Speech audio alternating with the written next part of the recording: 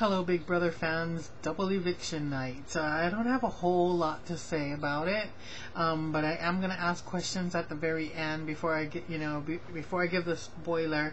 I'll give you, a head start to click off and whatnot. But I was very happy to hear Reagan say that he was going to stop playing with his heart and start playing with his head. It's about damn time. In fact, on my last review of the episode, I was going back and forth with a couple of people, and one of them is what I said is him and Brittany both really needed to stop playing with their hearts and start playing with their heads. Realize it's a game, get into the game, and start actually playing this game. And it's sad that he waited this long, and I really wish that they had taken that to heart and teamed up with Brandon and become an alliance, because I really think with the three of them they would have been very strong and gotten out the brigade. I mean, those three are a bunch of doofuses. I mean they really truly are doing a good job at manipulating and getting the vote the way they did. As far as I know, it's that part of the game is done and over with. They've got the numbers right now. It's just really sad that people didn't see that ahead of time and realize that when you have too many people that are just kind of on the outskirts, you need to band together and do something about it. And I really enjoyed Reagan's aha moment, because with Enzo's loose lips, he put two and two together, something that I never would have thought about. But the difference between in the house and out here watching inside is two different stories, because we're out here in the real world and we're dealing with real life, family and work and money and bills and blah blah blah, while when you're in the house, everything is the game. There's nothing, nothing but the game. So you can pick up little things like that. I seriously never would have picked it up, and in fact had to come back in here and go back and replay it to find out what exactly it was that he said, or what it was that made him put two and two together. So that was really cool. Some of the other things that I really enjoyed was how cheeky Brendan was when he was up on the block and he did his little speech and gave all his excuses to slightly rib Enzo, because Enzo's gonna have an excuse to the day, the end of the day when the cows come home, as to why he can't win this or why he can't win that. Seriously, he needs to just give it up and not even try anymore. It's kind of ridiculous.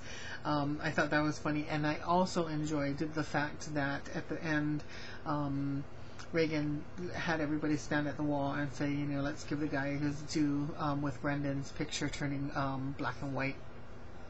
Because he really did. He really did play an awesome game. I would have loved to have seen him win, to tell you the truth, because he was fighting hard finally once Rachel was out of the game.